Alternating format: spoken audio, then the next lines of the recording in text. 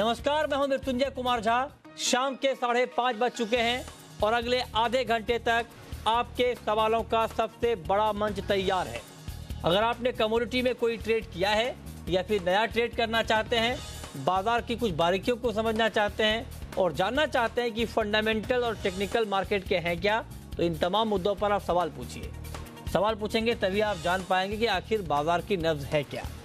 और सवाल पूछने के लिए आप हमें कॉल करिए 02223001634, 02223001635 पर। लेकिन सवाल जवाब का सिलसिला शुरू करेंगे, लेकिन उससे पहले बात करते हैं एक अहम खबर की। खबर यह है कि इस बार देश में रिकॉर्ड सरसों का उत्पादन होने वाला है और इस बात की संभावना जताई है सी और मोपा के एक सर्वे ने। सी सॉल्वेंट की एक बड़ी बॉडी है और Mopa mustard oil producers association है। इन दोनों संगठनों ने मिलकर एक ग्राउंड सर्वे किया है और सर्वे के बाद जो नतीजा आया है वो ये कि इस बार करीब 19% उत्पादन मस्टर्ड का बढ़ने वाला है। तो अगर 19% उत्पादन बढ़ेगा तो क्या किसानों को उसके बाद भी वाजिब भाव मिलता रहेगा या कीमतों में तेज गिरावट आ जाएगी? पूरी ग्राउंड रियलिटी पर बातचीत करने के लिए हमारे साथ फोन लाइन पर हैं सी के ईडी डॉक्टर बीबी मेहता, जो खुद इस सर्वे का हिस्सा रहे हैं। डॉक्टर मेहता, स्वागत है आपका जी बिजनेस पर। कैसे आप लोगों ने ये सर्वे किया है, पहले तो आप ये बताएं। हर साल हम क्या करते हैं कि कम से कम 8 टीम बनाते हैं, 6 से 8 लोगों की। अच्छा। और अलग अलग स्टेट में जाते हैं, किसानों को मिलता है, ट्रेडर को मिलता है, इंडस्ट्री वालों को मिलते हैं। 5 दिन का अभियान चलता है पूरा इंडिया में। सरसों का मेन स्टेट है राजस्थान, गुजरात, एमपी, पंजाब, हरियाणा, यूपी। अच्छा। इस सारे स्टेट में हमारे मेंबर जाते हैं, वहाँ किसानों को मिलते हैं, खड़ी फसल देखते हैं, नंबर ऑफ पॉट भी गिन लेते हैं और वजन क्या है। और उसके बाद में हम उसमें यील्ड पे आते हैं। अच्छा। और गवर्नमेंट का एकरेज का डेटा है और हमारे पास यील्ड का डेटा मिल जाता है। वो बेस पे हम एसेस करके एस्टिमेट निकाल रहे हैं। लेकिन डॉक्टर साहब, दिक्कत ये है कि कई बार ये होता है कि जो आप लोग आंकड़े जारी करते हैं और जो सरकार के आंकड़े होते हैं उसमें बड़ा अंतर रहता है और इससे मार्केट में कंफ्यूजन होता है कि किन आंकड़ों पर ट्रस्ट करें, भरोसा करें। पहले तो एक ही, जो गवर्नमेंट के आंकड़े इतने लेट आते हैं। हाँ। मैं ऐसा नहीं बोल के हम 100% एक्यूरेट है। अच्छा। तो जरूर है कि एक इंडिकेशन जरूर मिल रहा है। आज हमने कल जो परसों हम वहाँ जयपुर में हमारी मीटिंग हुई, सारे मेंबर जितने के गए थे सर्वे टीम में सारे मिले थे, सबने अपना अपना नंबर दिया है और बेस पे हमने नंबर निकाला है। और इसके लिए थोड़ा जो आप बोलते हैं गवर्नमेंट का हमारा पहले से फर्क रहा है, तो थोड़ा फर्क रहता है, कभी ऊपर है कभी नीचे है। नहीं, थोड़ा में कोई दिक्कत नहीं है, थोड़ा फर्क में कोई दिक्कत नहीं है, लेकिन ज्यादा फर्क में दिक्कत होने लगती है। नहीं, उसके लिए मैं मानता हूँ कि हमारा जो ट्रेड एस्टिमेट है सही है। गवर्नमेंट की सिस्टम अलग है, हमारी सिस्टम थोड़ी अलग है। अच्छा, चलिए ठीक है। ग्राउंड रियलिटी में जाके करते हैं। अभी मैं उसमें कोई कमेंट करना नहीं चाहता कि गवर्नमेंट की क्या सिस्टम है, पर अभी जो दिख रहा है कि ये साल बम्पर रिकॉर्ड क्रॉप होने वाले, कभी भी नहीं हुआ इतना क्रॉप होने वाला है। अच्छा। 85 लाख का हमारा प्रिलिमिनरी अनुमान है। हाँ। 85 लाख जो अत्यंत का सब रिकॉर्ड है, रिकॉर्ड बन जाएगा अगर वो रही है। और फिर भी अभी जो क्या है, अभी तो 15-20% ही हार्वेस्ट हुआ है। अगले 3-4 वीक में हार्वेस्ट कंप्लीट होगा। अच्छा। Again will sit down and review क्या पोजीशन है। हम मई महीने में 5 मई को जयपुर में फील्ड मिल रहा है, रैप्सिड ऑल इंडिया कॉन्क्लेव है और 6 मई को तभी हम, हाँ ऐसी है कि तभी फिर से हम रिव्यू करेंगे।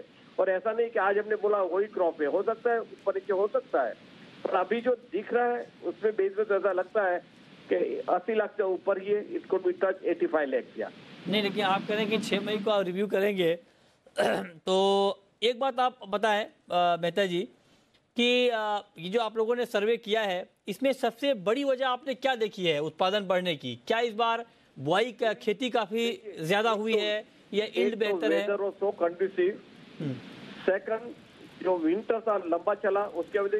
थर्ड, कहाँ भी बिजनेस नहीं देखा है खास तौर पे। एंड फोर्थ, जो अभी बारिश हुई बीच में 2-3 बारिश भी हो गई। हाँ। उसके वजह से काफी बदलाव हुआ यील्ड में। और ये सब पहली दफा हम देख रहे हैं कि ऑयल कंटेंट में 1 से 1.5% ज्यादा है। तो ऐसा लग रहा है कि ये साल 80 लाख से नीचे तो नहीं आएगी। अच्छा, हमारा अनुमान 85-80 तो नीचे नहीं आएगा। और वहाँ जो 40-50 लोग जो सारे आए थे सबका वही अनुमान था। हाँ जी। अच्छा, तो आप कह रहे हैं कि 80 लाख टन से कम किसी भी हाल में नहीं आएगा, ये आप कह रहे हैं। लेकिन अब मेरा आपसे अगला सवाल ये होगा किसानों ने तो अपना काम कर दिया है, हाँ जी। रिकॉर्ड उत्पादन के जो आंकड़े आप लोग दिखा रहे हैं, लेकिन क्या इसके बावजूद किसानों को मस्टर्ड का वाजिब भाव मिलता रहेगा या फिर एक बार फिर से किसानों को रिकॉर्ड उत्पादन का खामियाजा भुगतना पड़ेगा, दाम गिर जाएंगे? उसके लिए एक ही है कि अगर हाँ प्रेशर आएगा, प्राइस पे प्रेशर जरूर आएगा, मगर उसके लिए एक चीज और भी है, गवर्नमेंट को भी तैयारी करनी पड़ेगी। अगर एमएसपी जो 4,250 उसके नीचे गया तो बाई करने के लिए पूरी तैयारी कर लेनी चाहिए अब से। तभी दाम गिर जाए और तभी तैयारी करे तो नेचुरली किसान को नुकसान होगा। क्या तैयारी होनी चाहिए? क्या तैयारी होनी चाहिए? तैयारी मतलब एमएसपी पे लेने के लिए। हाँ, नहीं, क्या तैयारी? मैं देखिए मेहता जी, आज हमारा ये इस खबर को दिखाने का हमारा मकसद ये है कि चूंकि आप लोग कह रहे हैं कि आपका जो अनुमान है वो ठीक ठाक होता है, तो सरकार को हम आगाह करें, मार्केट को हम आगाह करें कि अगर किसानों ने अपना काम कर दिया है रिकॉर्ड उत्पादन के तौर पर, तो सरकार की भी इतनी तैयारी होनी चाहिए कि किसानों को सस्ते में सरसों न बेचना पड़े और रिकॉर्ड उत्पादन का खामियाजा न भुगतना पड़े। और इसीलिए हम ये खबर दिखा रहे हैं। अभी वक्त है कि सरकार पूरा पुख्ता बंदोबस्त कर ले। आप लोग चूंकि वेटरन हैं, मार्केट के एक्सपर्ट हैं, तो आप कुछ सुझाव देना चाहेंगे किन एरियाज पर सरकार को फोकस करना चाहिए? कौन कौन से ऐसे इलाके हैं, जगह हैं जहां पर ज़्यादा उत्पादन होने वाला है और डिमांड सप्लाई का मिसमैच रहता है, वहां पर ठीक तरीके से मैनेज हो? देखिए, राजस्थान, एमपी, गुजरात और यूपी, ये 4 मेजर स्टेट है, वहाँ सबसे ज्यादा मस्टर्ड हो रही है। तो गवर्नमेंट को आज से ही तैयारी करनी चाहिए कि एमएसपी पे अगर लेने की जरूरत है तो तैयारी करके रखे, और काफी तैयारी करनी पड़ती है। ऐसा नहीं है कि भाई गवर्नमेंट ने आज डिसीजन लिया और कल से तैयारी हो जाती है, ऐसी नहीं होती है।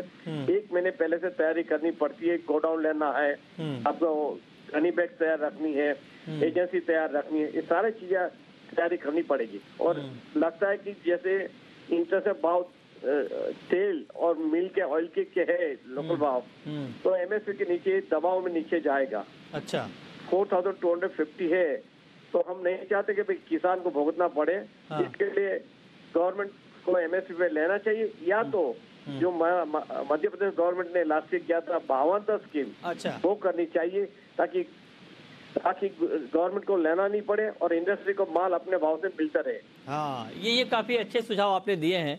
मेरा आपसे एक सवाल और होगा, ये पीक अराइवल जिसे आप लोग कहते हैं, कब से शुरू हो जाएगी मार्केट में? बस अभी जो होली के बाद में पूरा हार्वेस्टिंग स्टार्ट हो जाएगा, तो अप्रैल में you can expect the peak arrival.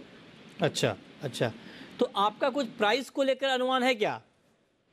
नहीं, प्राइस का मेरा कोई अनुभव नहीं है, पर ऐसा लग रहा है कि इतनी जो फसल अच्छी आ रही है और अभी तेल के और केक के दाम दिखते हैं, वो प्रेशर आएगा तो कितने हो सकता है कि एमएसपी से 200-300 रुपए नीचे चले जाए, वो कहना मुश्किल है अभी। हाँ, तो क्या ऐसे में सरकार को इंपोर्ट कम करने पर भी फोकस करना चाहिए?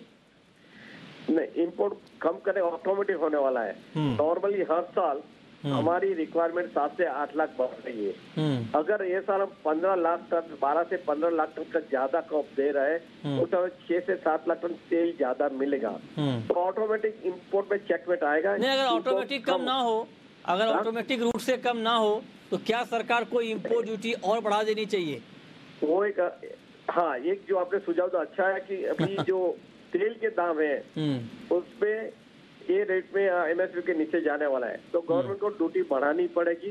मगर उसमें एक जो लिमिटेशन आ रहा है, जो जो मेन पाम ऑयल है, उसमें इस अपर लिमिट पे ही है, उससे बढ़ा नहीं सकते हैं। अच्छा, वो जो एग्रीमेंट करके बैठे 2010 में, उसकी वजह उससे ऊपर आगे नहीं जा पाएंगे।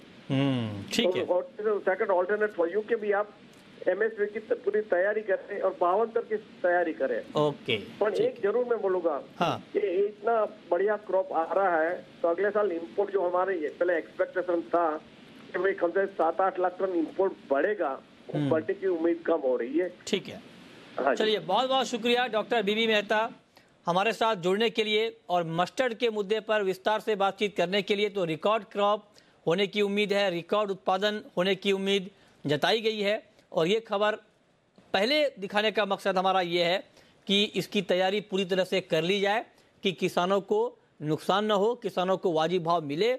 इसके लिए पुख्ता बंदोबस्त होना चाहिए सरकारी खरीद का, या फिर और भी जो मैकेनिज्म है कैसे डिमांड सप्लाई को यहाँ पर मैनेज किया जाए, इसको लेकर पुख्ता बंदोबस्त किया जाए। ठीक है, चलिए आगे बढ़ते हैं। अब बात करते हैं कि आज के मार्केट में आपको करना क्या है। शुरुआत गोल्ड से कर लेते हैं और गोल्ड की तेज़ी बढ़ गई है और MCX पर सोने का भाव 33,500 रुपये के ऊपर चला गया है और अंतर्राष्ट्रीय बाजार में हालांकि घरेलू बाजार के मुकाबले तेज़ी की रफ्तार थोड़ी धीमी है। तो ऐसे में क्या MCX पर ये तेज़ी टिकेगी, ये तेज़ी टिकाऊ है? इस पर बातचीत करने के लिए हमारे साथ दो एक्सपर्ट यहाँ पर जुड़े हैं। हमारे साथ हैं सचिन गुप्ता और साथ ही हमारे सचिन गुप्ता हैं टेक्निकल एनालिस्ट हैं चॉइस ब्रोकिंग के, और प्रियांक उपाध्याय हैं SSJ कमोडिटीज़ के। आप दोनों का बहुत बहुत स्वागत है। प्रियांक जी, क्या करें गोल्ड में, आपका फंडामेंटल नज़रिया क्या कहता है गोल्ड को लेकर?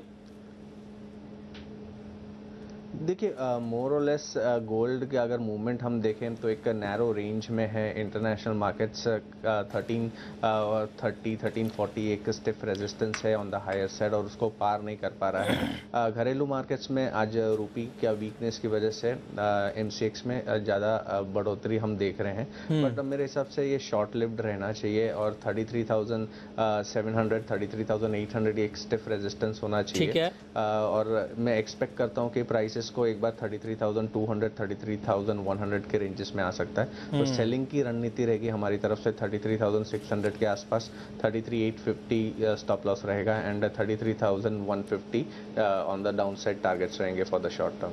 ओके, तो आप कह रहे हैं कि सेल करके चलें गोल्ड, ये ठीक रहेगा, ये आपकी राय है। ठीक है, अब इस बीच हमारे साथ भावना जुड़ रही हैं बरेली से। भावना पूछिए। हाँ नमस्ते सर, हमारा सवाल मेंथा पे है। जी पूछिए। जानना है हमें जी। मेंथा ऊपर रहे तो फरवरी और मार्च में कॉन्ट्रैक्ट में काफी गैप है। हाँ, मार्च काफी नीचे है, फरवरी काफी ऊपर है। ठीक है, क्या हो रहा है या ऊपर है, थोड़ा ट्रेंड जानना है। कल फरवरी की एक्सपायरी है, तो क्या होना चाहिए मार्च में, सेल करें या बाई करें? ठीक है, हाँ बताइए सचिन जी। मेंथा के अंदर मुझे तेजी ही लग रही है। देखिए पिछले कुछ दिनों से काफ़ी अपसाइड में सस्टेन कर रहा है मार्केट। हालांकि अगर फैप कॉन्ट्रैक्ट की बात की जाए मेंथा के अंदर तो ये तो खैर ऑलमोस्ट एक्सपायरी पे है। मैं मार्च कॉन्ट्रैक्ट की बात करता हूँ। मार्च कॉन्ट्रैक्ट जो है अभी 1626 से 1635 के आसपास में चल रहा है।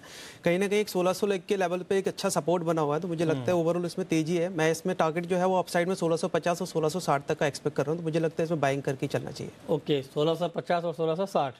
ओके ठीक है, चलिए ये तो बात हो गई मेंथा की। और अब अगला सवाल है शैलू का, राजस्थान से हैं हमारे साथ। पूछिए शैलू। सर मेरे पास 1000 कुंटल गुआर है 4500 का, तो हमें होल्ड करना चाहिए या फिर सेल करना चाहिए? सवाल दोहराएंगे अपना। गुआर में आपने ट्रेड किया है? हाँ सर। क्या व्यू है आपका सचिन गुआर के ऊपर? ग्वार के अंदर क्या पोजीशन है एग्जैक्टली मुझे इनका आप आउटलुक बताइए क्या मतलब आगे रहेगा। ग्वार के अंदर अभी आउटलुक मेरा जो है वो पॉजिटिव ही है। मुझे लगता है एक बार 4100 का जो लेवल है मार्केट में ब्रेक नहीं होना चाहिए, और उसके स्टॉप लॉस के साथ में अगर पोजीशंस बनाना कोई चाहता है तो CMP से पोजीशंस बना सकते हैं। अपसाइड में 4210 और 4230 तक का टारगेट लगता है। अगला सवाल है अनिल का, राजस्थान से हमारे साथ। पूछिए अनिल। जी सर नमस्ते। नमस्कार, पूछिए। सर गुआर से सवाल है सर जी, इसका बॉटम कहाँ पे बनेगा? 37-38 है, वहाँ बाई करे या यहीं कर दे? लंबे टाइम के लिए बताएं सर। लंबे टाइम के लिए बताइए। हाँ। में लंबे टाइम के लिए ग्वार सीट में बाइंग पोजीशंस बना सकते हैं। मुझे लगता है अगर आप लॉन्ग टर्म के लिए बहुत अच्छा व्यू देख रहे हैं तो मुझे लगता है एक बार 4250 और 4300 तक के टारगेट्स इसमें अपसाइड में देख सकते हैं, और इसमें जो बाइंग पोजीशंस है वो CMP से बना के चल सकते हैं आप। डाउन साइड में एक इमीडिएट स्टॉप लॉस रहेगा, वो रहेगा 4070 का। ठीक है प्रियांक जी, एक चीज मैं नोटिस कर पा रहा हूं कि एल्युमिनियम का जो करंट मंथ का कॉन्ट्रैक्ट है और जो नेक्स्ट मंथ का कॉन्ट्रैक्ट है, इसके बीच एक बड़ा गैप बन गया है। 135 के आसपास है एल्युमिनियम का करंट मंथ का कॉन्ट्रैक्ट, जबकि जो अगले मंथ का कॉन्ट्रैक्ट है वो 151 के ऊपर है। क्या कोई खास वजह इसकी? देखिए जो डिलीवरी कंपलसरी मतलब ये जो जैसा गोल्ड में हम डिलीवरी कॉन्ट्रैक्ट ले सकते हैं वैसा एल्यूमिनियम में भी स्टार्ट हो रहा है, तो उसका स्पेसिफिकेशंस चेंज हुए हैं। अच्छा, तो उसकी वजह से हम ये प्राइसिंग में डिफरेंस देख रहे हैं। अच्छा, तो आप कह रहे हैं कि जो डिलीवरी पे शिफ्ट हुआ है इस वजह से ये इतना ज़्यादा गैप आया है। आपकी भी यही राय है? एग्जैक्टली, एक्चुअली एक्सचेंज की साइड से नेक्स्ट मंथ से जो है एल्यूमिनियम के अंदर फिजिकल डिलीवरी कंपलसरी होने वाली है, जिसकी वजह से ये जो दोनों कॉन्ट्रैक्ट के बीच में जो गैप चल रहा है उसका मेन रीज़न यही है। ओके, तो मेन रीज़न यही है, इसी वजह से दोनों कॉन्ट्रैक्ट के बीच एक गैप यहाँ पर आपको देखने को मिल रहा है। चलिए आगे बढ़ते हैं, कुछ और कॉन्ट्रैक्ट को देखते हैं। इस बीच राजू हमारे साथ जुड़ रहे हैं राजस्थान से। पूछिए राजू। मैं सोयाबीन पे पूछना चाह रहा हूँ, सोयाबीन का बाजार क्या सुधरेगा कि नहीं सुधरेगा, क्या लग रहा है बाजार में? सोयाबीन का मार्केट सुधरेगा या नहीं सुधरेगा, बहुत बड़ा सवाल आपने पूछा है। 1.5% से के करीब आज टूटा है सोयाबीन, क्योंकि उत्पादन काफ़ी बढ़ने की बात की जा रही है। तो ऐसे में क्या कुछ रिकवरी की उम्मीद आप देख रहे हैं सचिन, या फिर आपको लगता है ये गिरावट अभी और बढ़ने वाली है?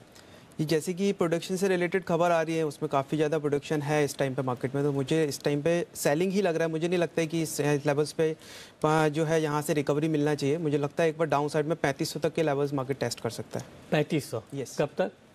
ये आने वाले 15 दिन के अंदर टेस्ट करना लगता है। 15 दिन में 3500 तक के लेवल्स एक बार, यानी यहाँ से करीब 150 रुपए नीचे। Exactly, because down side continuously बना हुआ है। जैसे आज भी आप देख रहे हैं करीब 1.5% जो है मार्केट अपसाइड से टूटा हुआ है। तो उस वजह से ये ओवरऑल जो रीजन है गिरने का, वो मेन रीजन इसका यही है कि प्रोडक्शन जो है काफ़ी ज़्यादा है, और दूसरी साइड जो इंटरनेशनल जो डिमांड है, लाइक जो कि चाइना की साइड से क्रिएट होनी चाहिए थी, वो नहीं है। तो उस वजह से जो है वो प्रेशर लगातार बना हुआ है। ओके, तो सचिन कह रहे हैं कि कितने 15 दिन में? जी, 15 दिन में के अंदर, हाँ 15 से 20 दिन में 3500 का लेवल भी आपको सोयाबीन में दिख सकता है। ठीक है, इस पर आप नजर रखिए। कुछ और काउंटर को देखते हैं जहां पर, अच्छा इस बीच हमारे साथ विप्लव हैं अगरतला से। पूछिए Biplab. Good evening sir. Good evening, पूछिए जी, आपको सुन पा रहा हूँ। हाँ, good evening sir. Good evening, सवाल पूछिए। पिछले शुक्रवार से कॉन्टिन्यूअस गोल्ड सिल्वर में सेल कॉल देखने को मिल रहा है, मगर उस हिसाब से सिल्वर नीचे नहीं आ रहा है। और अगला और एक प्रॉब्लम है, कॉल तो बड़े बड़े लोग देते हैं सर, मगर ये पोजिशनल है या कि इंटरडे है, पता नहीं चलता। नहीं, ये तो हम खैर साफ साफ पूछते भी हैं। खैर ठीक है, अभी आप किसके ऊपर जानना चाहते हैं? सिल्वर के ऊपर सर। हैं? मैं सिल्वर के ऊपर सर। अच्छा, चांदी में आप जानना चाहते हैं अभी क्या करना चाहिए? हाँ सर। ठीक है प्रियांक जी, चांदी में बिल्कुल ताजा भाव पर क्या करना चाहिए? मेरे हिसाब से जिस तरह से इंटरनेशनल मार्केट्स में गिरावट का माहौल है, घरेलू मार्केट्स में रुपी की वीकनेस की वजह से हम पॉजिटिविटी देख रहे हैं, बट मानना है कि डाउन साइड में एक बार 39,800 600 जोन से दिखने चाहिए सिल्वर में इन शॉर्ट टर्म। तो मेरी सेल की रणनीति रहेगी 40,200 के आसपास, 4650 स्टॉप लॉस रहेगा, एंड 39,600 39,450 ये शॉर्ट टर्म टारगेट्स रहेंगे। नहीं, आप ये बताइए, नहीं अगर प्रियांक ये बताइए कि 4200 का लेवल कब दिख जाएगा सेलिंग का, और जो शॉर्ट टर्म है आपका वो कितने दिनों का है? 40,200 करंट मार्केट ही चल रहा है। हाँ ठीक है, अच्छा यहाँ पर बेच दें, ठीक है, यहाँ पर अगर बेच देंगे तो 39,600 का लेवल कब तक दिख जाएगा? दिस ट्रेडिंग कॉल की वैलिडिटी जो है वो 1 to 7 ट्रेडिंग सेशंस की रहेगी। अच्छा, मतलब 7 दिन तक आप कह रहे हैं कि वेट कर सकते हैं, 7 दिन के अंदर आपको 39,600 का लेवल सिल्वर में दिख सकता है। ये राय आपके लिए चांदी पर है। चलिए अब वक्त है रैपिड फायर राउंड का।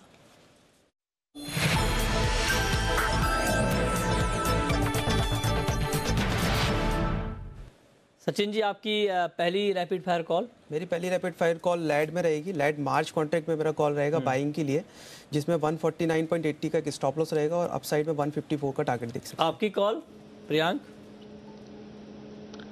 सिल्वर में सेल की रणनीति रहेगी 4200 के आसपास, 4650 स्टॉप लॉस, 39650 टारगेट्स। आपकी आखिरी कॉल? मेरी दूसरी कॉल कॉपर में रहेगी। कॉपर मार्च कॉन्ट्रैक्ट के अंदर मेरा बाइंग कॉल रहेगा, जिसमें 469.20 के लेवल से एक बार बाइंग इनिशिएट कर सकते हैं। 466 का इमीडिएट स्टॉप लॉस रहेगा और अपसाइड में 475 का टारगेट देख सकते हैं। ठीक है, तो ये रहा आपके लिए 3 रैपिड फायर कॉल जहां पर आप ट्रेड कर सकते हैं। चलिए, तो फिलहाल इस बुलेटिन में इतना ही। आप दोनों का बहुत बहुत शुक्रिया, सचिन जी और प्रियांक जी आपका। और फिलहाल इस बुलेटिन में इतना ही।